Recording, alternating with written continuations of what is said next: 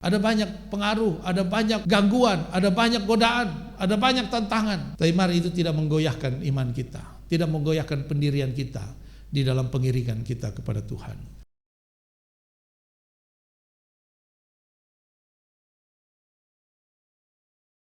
Haleluya. Puji Tuhan, selamat pagi, salam sejahtera bagi kita semua. Dalam kasih Tuhan kita Yesus Kristus, kembali kita bersyukur kepada Tuhan untuk kesempatan yang mulia Tuhan berikan kepada setiap kita untuk beribadah kepada Tuhan. Mari kita membuka Alkitab kita di dalam kitab Mazmur pasal 92.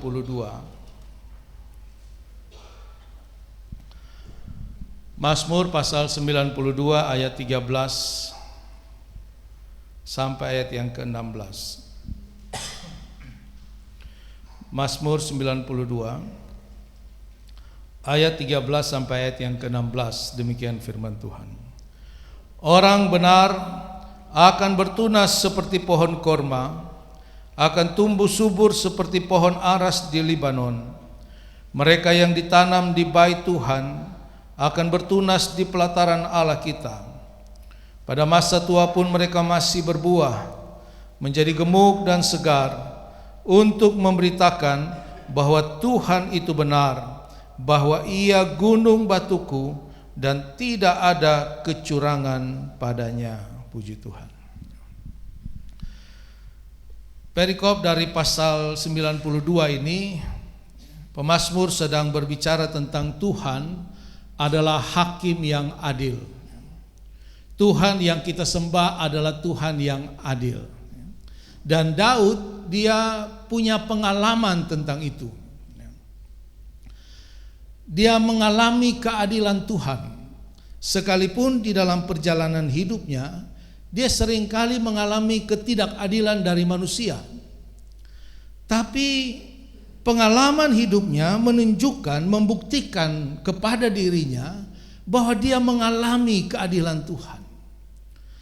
Dan bukti dari keadilan Tuhan itu disampaikan oleh Daud pada ayat pokok yang sudah kita baca tadi. Ada suatu bukti, ya. Orang bisa bicara dia mengalami keadilan Tuhan. Orang bisa bicara dia mengalami berkat Tuhan, dia mengalami pembelaan Tuhan. Tapi pada prinsipnya orang melihat bukti, kan begitu. Orang melihat apa yang di depan mata ini. Hasilnya harus terlihat secara faktual, terlihat. Dan Daud membuktikan itu. Kita sangat mengenal tokoh ini, saudara. Bagaimana perjalanan hidupnya yang luar biasa. Sejak dia diurapi oleh Samuel sampai hari matinya. Dan hari ini kita mau melihat beberapa hal tentang ayat pokok yang sudah kita lihat ini, yang sudah kita baca. Tentang bukti orang yang mengalami keadilan Tuhan adalah orang-orang yang ayat 13 dikatakan orang yang benar. Orang yang mengalami keadilan Tuhan tentu saja orang-orang yang benar di hadapan Tuhan. Orang-orang yang merasa dirinya benar, dia akan menuntut keadilan. Tapi keadilan seperti apa yang bisa diberikan oleh manusia? Tapi percayalah saudara, kalau kita hidup benar di dalam Tuhan, kita pasti akan mengalami keadilan Tuhan itu. Walaupun waktunya kita tidak tahu, prosesnya kita tidak paham, caranya kita tidak mengerti, saudara. Tetapi percayalah, hanya kepada orang-orang benar Tuhan berlaku adil. Karena itu mari di dalam kehidupan perjalanan iman kita terus fokus untuk hidup di dalam kebenaran.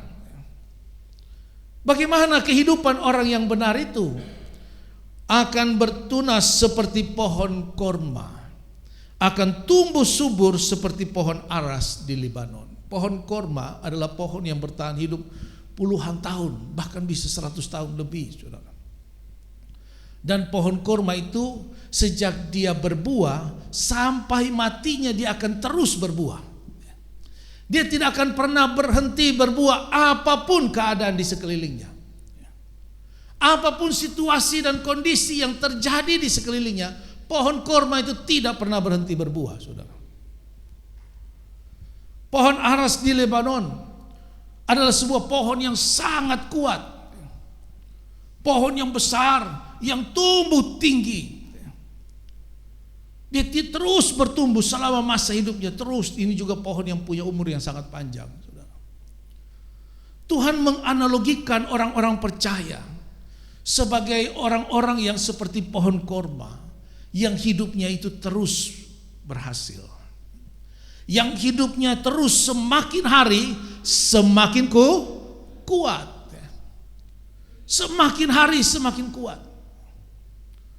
Itulah ciri dari kedua pohon ini.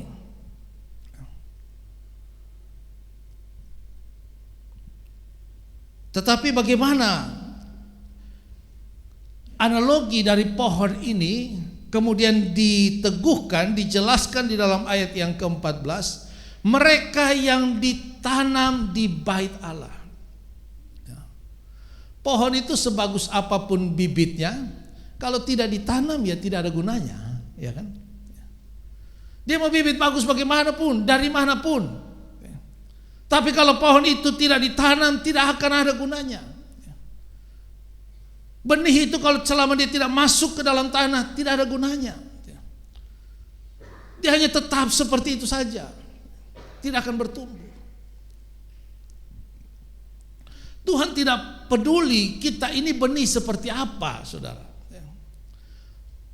Tidak ada apa ya, klasifikasi orang percaya itu secara jasmania, tidak ada. Mau dari latar belakang keluarga seperti apa, mau dari suku bangsa seperti apa, mau dari adat istiadat seperti apa, tidak ada. Sama semua di hadapan Tuhan. Tuhan tidak mengenal klasifikasi jasmani. Yang Tuhan tahu adalah bagaimana kita mau tertanam di rumah Tuhan. Kalau kita mau tertanam, pasti akan bertumbuh. Amin. Tidak persoalan dia pintar, dia bodoh, dia kaya, dia miskin, dia punya kedudukan, tidak persoalan. Alkitab membuktikan, saudara, bahwa orang-orang yang tidak dipandang oleh manusia, ketika dia mau tertanam di rumah Tuhan, dia bertumbuh seperti pohon korma dan pohon aras. Samuel, sejak kecilnya dia tertanam dengan benar di rumah Tuhan. Luar biasa, dia menjadi hamba Tuhan yang luar biasa. Bagaimana dengan anak-anak Imam Eli? Anak-anak hamba Tuhan. Mereka hidup di bait Allah, tapi mereka tidak tertanam di dalam rumah Tuhan. Hidupnya tidak menjadi berkat, bahkan menjadi kutuk bagi orang Israel. Jadi kita tidak bisa melihat, oh ini orang ini, enggak. Ukuran Tuhan bukan seperti ukuran manusia, saudara. Ukuran Tuhan adalah selama kita mau tertanam di rumah Tuhan, kita pasti akan bertumbuh, saudara. Nah, dikatakan di sini mereka yang tertanam di bait Allah, dia akan bertunas di pelataran Allah. Tertanam di bait Allah, bertunas di pelataran. Pelataran itu halaman, saudara. Mungkin kita pikir maksudnya bagaimana? Tanam di sini, bertunas di luar. Tapi tentu ini juga gaya bahasa, saudara, untuk menunjukkan bahwa orang-orang yang benar itu mereka ditanam di dalam rumah Tuhan, tapi hidupnya menjadi berkat di luar, saudara. Amin. Banyak orang kalau di dalam gereja ini, wah luar biasa, mulut ini manis betul, kalau di dalam ini sikap duduk berdiri semua bagus, Kalau di dalam, nanti di luar dulu. Jadi bukti orang yang tertanam di rumah Tuhan harus terlihat di luar. Bagaimana hidupnya di luar? Bagaimana dia menampilkan dirinya di luar? Dari sini kita bisa melihat bahwa kualitas hidup seseorang itu sangat bergantung di mana dia ditanam, saudara. Amin. Mazmur pasal 1 ayat 1 sampai ayat yang ketiga. Nasihat firman Tuhan. Jangan kamu berjalan di jalan orang fasik, duduk di dalam kumpulan orang pencemooh.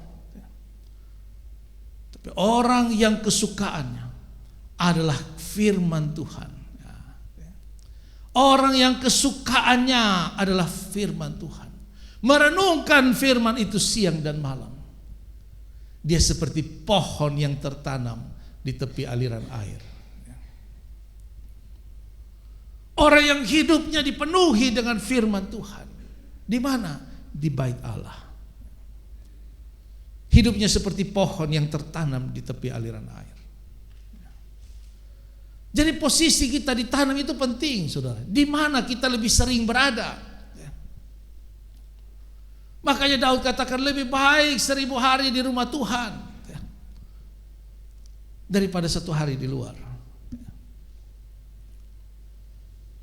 Tapi banyak orang masih merasa, aduh ibadah ini, ibadah lagi, ibadah lagi. Saya beberapa hari minggu yang lalu ada beberapa pelayanan. Anak saya bilang, Papa sudah bosan ibadahku, sudah bosan khotbahku, main khotbah terus. Saya bilang itu panggilan, mau apa? Panggilannya begitu. Dan orang percaya tidak boleh bosan beribadah. Orang percaya tidak boleh bosan memberitakan firman Tuhan. Itu panggilan kita sebagai orang percaya, saudara. Amin. Kan 1 Petrus 2 ayat 9 Tuhan bilang kamu dipanggil keluar dari kegelapan menuju terang yang ajaib. Untuk memberitakan perbuatan-perbuatan Tuhan yang besar. Itu tujuan kita dipanggil menjadi orang percaya, saudara. Karena itu kehidupan orang percaya itu sangat bergantung kepada lingkungan. Lingkungan di mana dia berada. Lingkungan di mana berada itu sangat mempengaruhi. Pohon kan juga begitu. Pohon tertentu itu hanya tumbuh di tempat yang tertentu. Dia tidak tumbuh di tempat lain. Mau tanam model apapun, mau siram pupuk akar manapun sulit, saudara. Dia hanya cocok pada tanah tertentu, iklim tertentu. Demikian hidup kita. Dalam konteks gereja Tuhan, Tuhan itu membuat 3 bangunan gereja. Gereja kita secara pribadi, gereja lokal, jemaat Tuhan. Tuhan katakan di atas batu karang ini aku mendirikan jemaatku. Dan gereja tubuh Kristus, gereja yang gereja yang universal. Tuhan tidak pernah bangun organisasi gereja, saudara. Tidak. Itu dibangun oleh manusia. Tuhan membangun gereja 3 ini. Nah ini dalam konteks gereja kita sebagai jemaat. Setiap jemaat lokal itu punya budaya yang berbeda. Punya iklim yang berbeda, saudara. Pasti berbeda di antara gereja-gereja lain itu. Sehingga kalau kita tertanam di sini, ya sudah tertanam di sini. Kalau pindah-pindah itu tidak akan bertumbuh, tidak akan berbuah. Karena setiap pohon itu dia hanya cocok di tempat tertentu.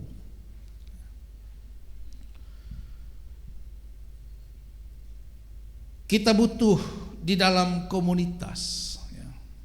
Sama seperti padi. Tanaman padi tidak bisa campur tanam dengan tanaman lain. Dia hanya ditanam dengan satu kelompok tanaman yang sama, di tempat yang sama. Untuk kita bisa bertumbuh dengan baik benar, kita harus ada di dalam komunitas yang benar. Amin. Kita harus ada dalam komunitas yang baik. Saya katakan kepada pemuda kami di sana, di Talu, kalau kamu mau cari jodoh yang benar, cari yang di dalam gereja. Jangan cari di luar gereja. Maksudnya, ya bagus juga kalau di dalam gereja sini ya. Tapi intinya orang yang suka pergi gereja gitu. Kalau mau cari yang benar, bagaimana kamu mau cari yang benar tapi di tempat yang tidak benar? Tidak mungkin.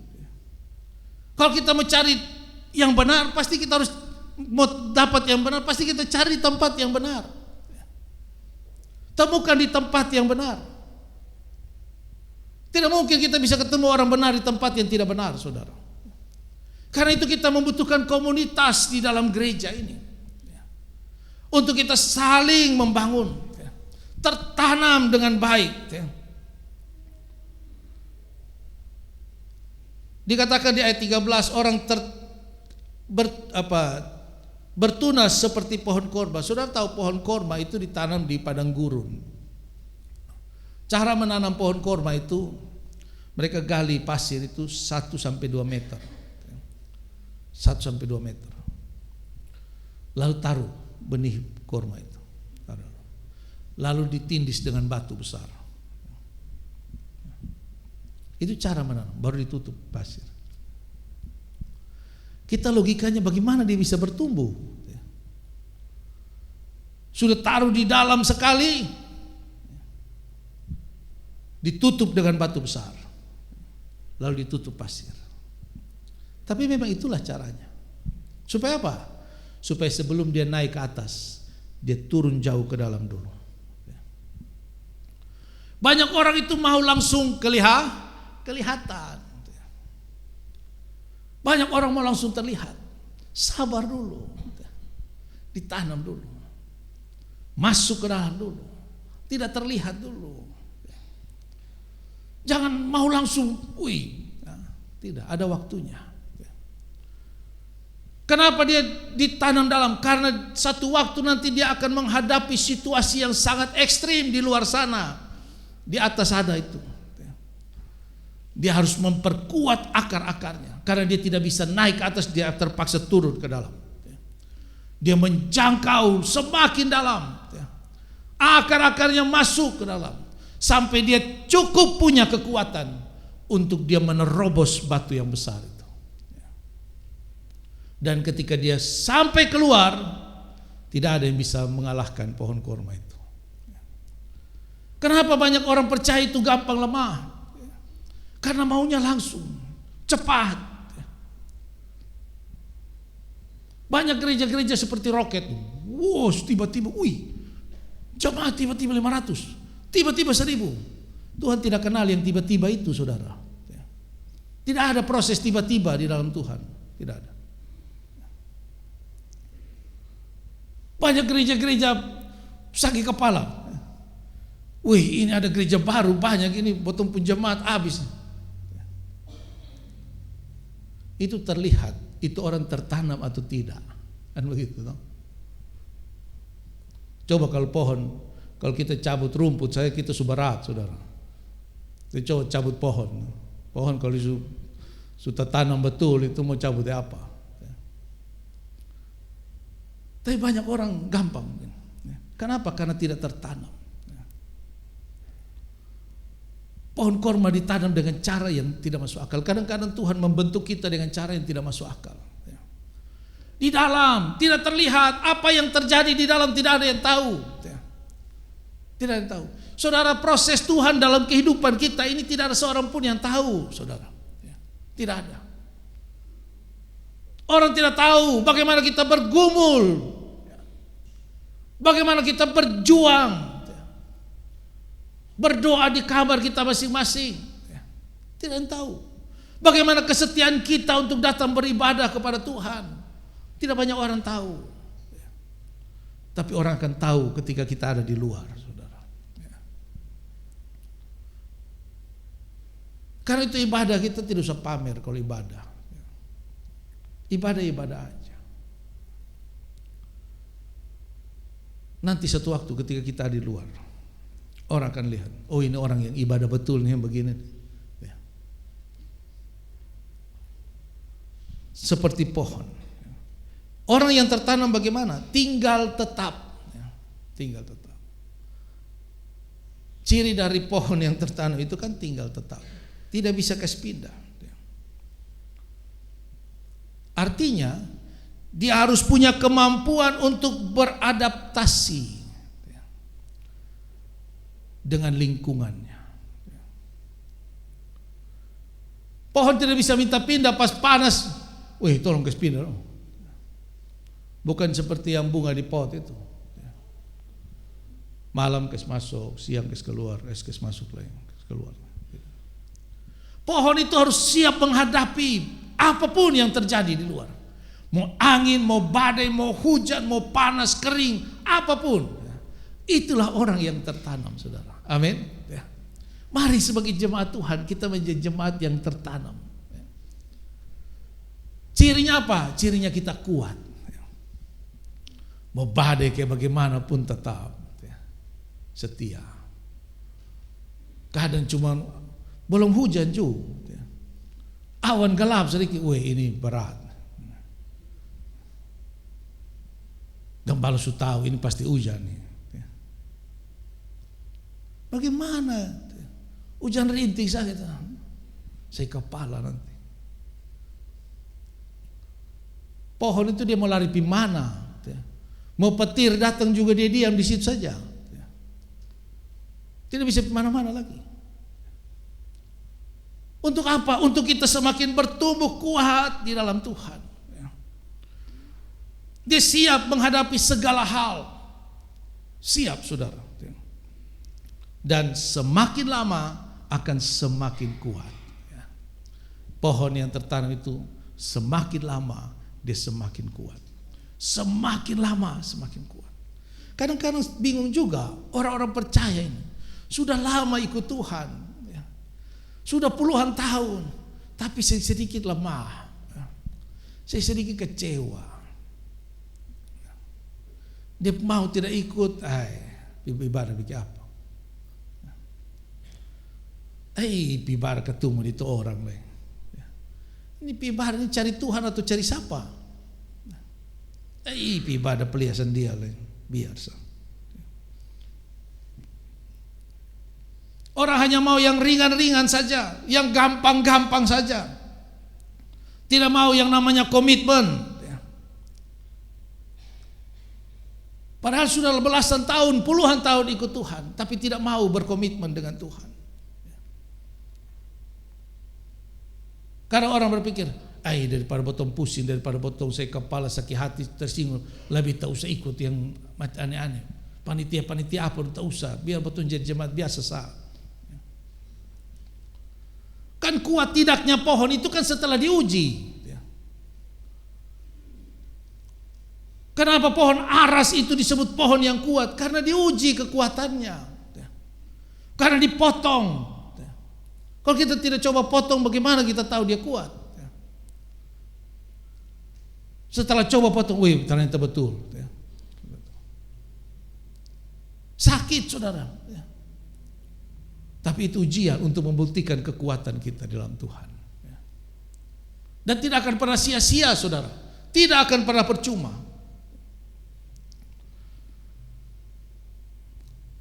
Yang berikut. Ayat 15. Pada masa tua pun mereka masih berbuah. Pada masa tua pun. Artinya terus, hidupnya terus berbuah. Terus berbuah. Terus menghasilkan sesuatu. Kadang-kadang dunia memberikan batasan usia. Misalnya, minta maaf ya, misalnya pensiun. Seolah-olah orang yang sudah pensiun itu sudah selesai. Ini waktunya lu di rumah. Waktunya lu, pokoknya duduk-duduk sah, diam-diam sah. Bukan begitu konsep Tuhan, saudara. Sampai tua pun dia tetap berbuah. Amin. Kehidupan orang percaya itu tidak kenal usia. Sampai kapanpun selama Tuhan masih izinkan kita ada di dalam dunia. Mari kita terus berbuah.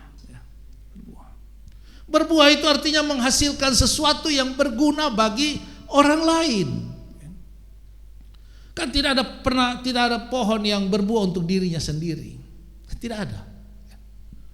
Tidak ada pohon yang makan buahnya sendiri. Tidak ada. Artinya hidup kita ini dinikmati oleh orang lain. Tetapi masih banyak orang itu yang hidup untuk diri sendiri. Hidup untuk, yang penting saya diberkati, yang penting saya tidak buat dosa, yang penting saya hidup baik. Sudah cukup. Kan saya tidak bikin susah orang. Kan saya hidup baik. Artinya dia masih hidup untuk dirinya sendiri. Satu waktu kita tahu di Alkitab Tuhan ketemu dengan pohon ara, dia mau makan, tidak ada buah, dia kutuk, mati. Tuhan tidak cari daun-daun yang rindang, tidak. Tuhan cari buah, saudara. Amin. Tuhan cari kehidupan yang bermanfaat, berguna bagi orang lain. Itu yang dicari. Dan konsep tentang berbuah ini terus ada di dalam hampir semua bagian firman Tuhan. Yohanes pasal 15 Tuhan bilang, kalau kamu di dalam aku di dalam kamu, kamu berbuah. Kamu menghasilkan banyak. Bukan untuk diri sendiri. Sekali lagi, pohon itu tidak pernah makan buahnya sendiri. Dan justru pohon yang berbuah itu yang paling sering diganggu. Kan itu.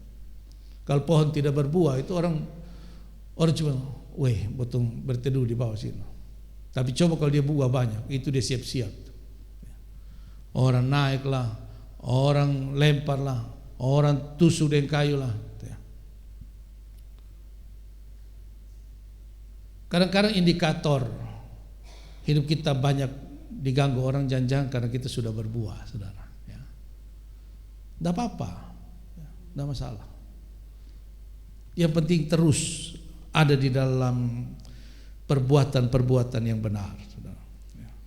Tidak ada satu konsep pun dalam Alkitab kita hidup bagi diri kita sendiri, tidak ada, saudara. Buah, garam itu tidak ada gunanya kalau di tempatnya. Dia berguna ketika dia keluar dari tempatnya. Pelita tidak pernah menyala bagi dirinya sendiri. Dia menyala bagi orang lain.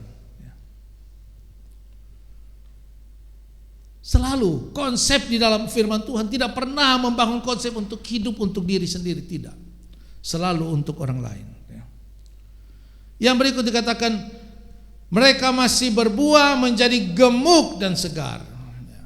Alkitabiah juga orang gemuk ini, saudara.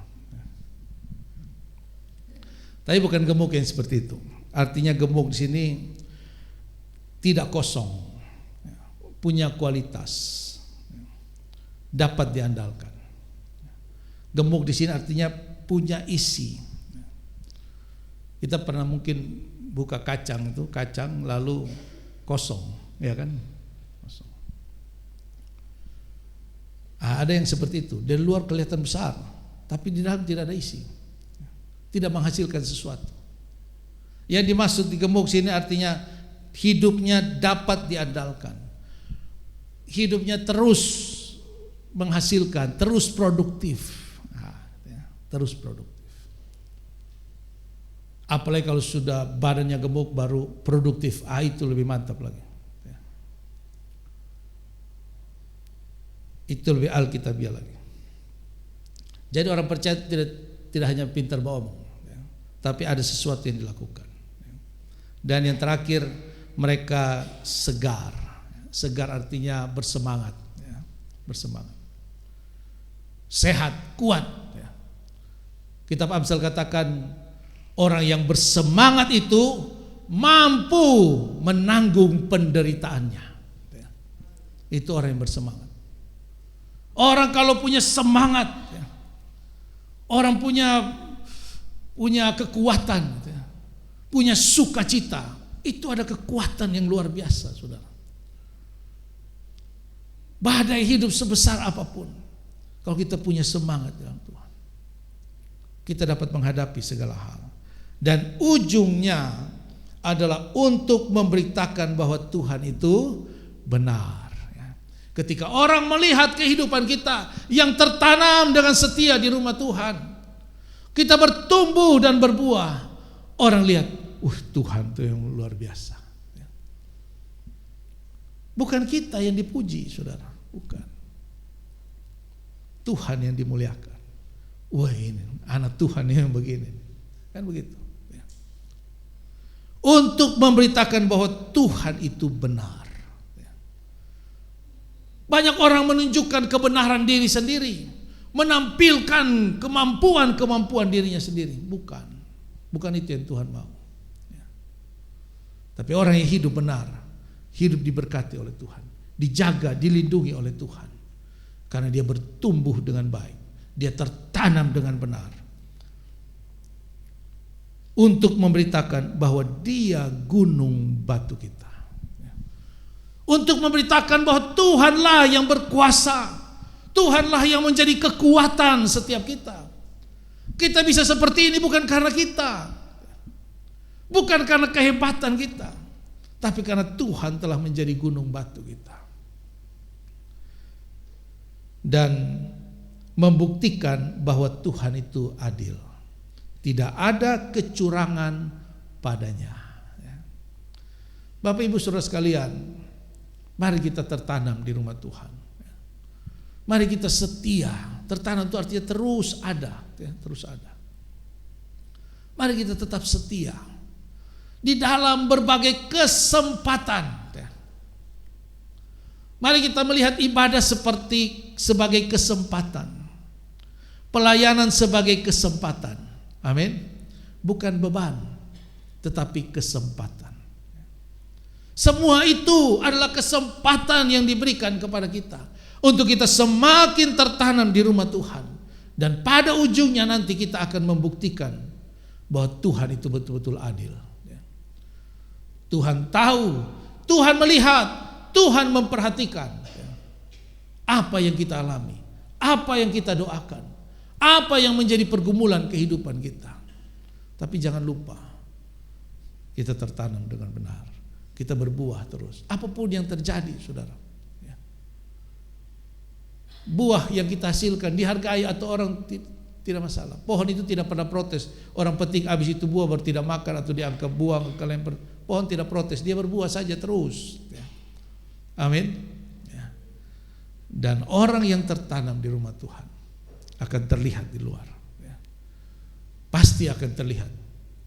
Inilah yang Tuhan mau dalam kehidupan setiap kita. Ada banyak pengaruh, ada banyak gangguan, ada banyak godaan, ada banyak tantangan. Tapi mari itu tidak menggoyahkan iman kita, tidak menggoyahkan pendirian kita di dalam pengiringan kita kepada Tuhan. Puji Tuhan, demikianlah firman Tuhan.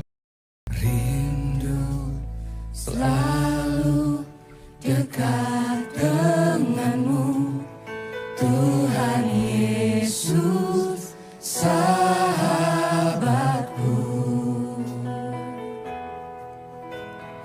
Engkau setia dan sangat baik, ku hidup karena kasih-Mu. Tuhan Yesus, ku rindu padamu. Setiap hari ingin bersamamu. Tuhan Yesus, kerinduan hatiku menjadi seperti-Mu, senang dan hatimu.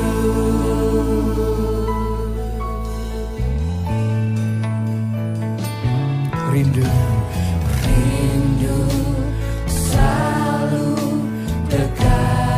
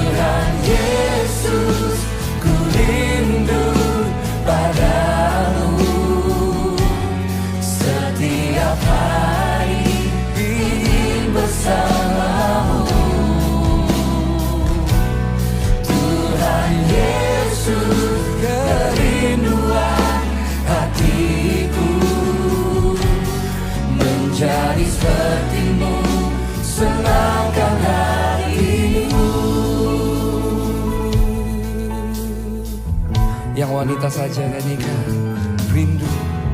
Rindu selalu dekat denganmu, Tuhan Yesus sahabatku.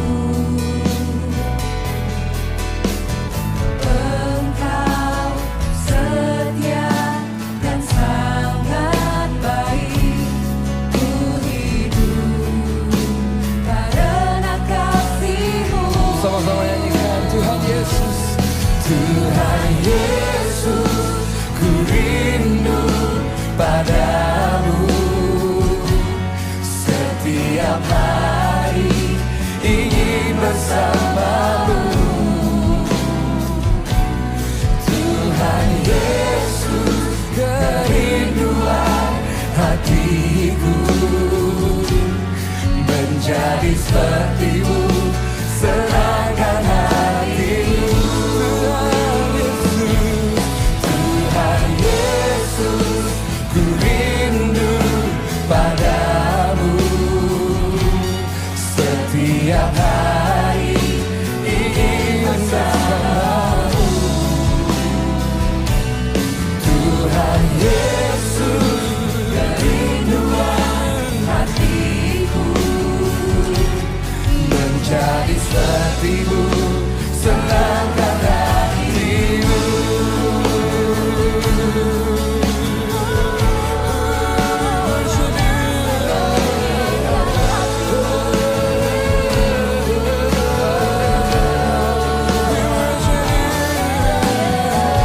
Kami menyembah, kami hampiri tangan kami,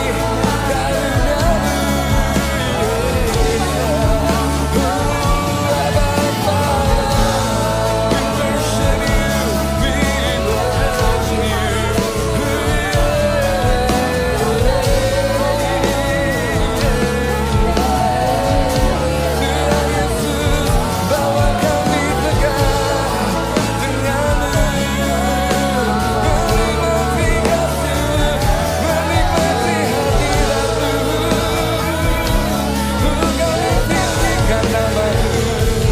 Kami tinggikan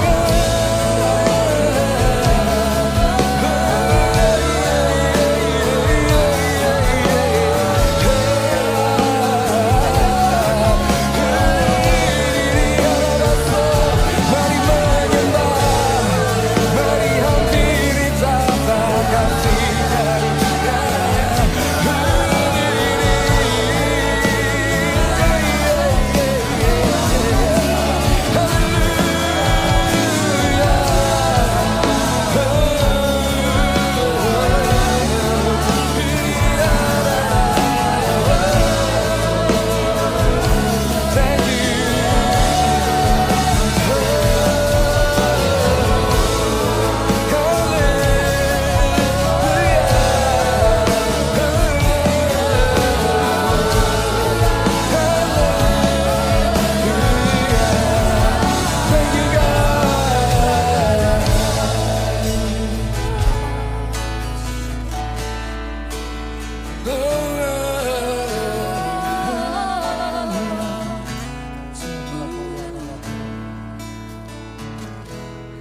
Tuhan Yesus, rindu Padamu setiap hari setiap hari ingin bersamamu.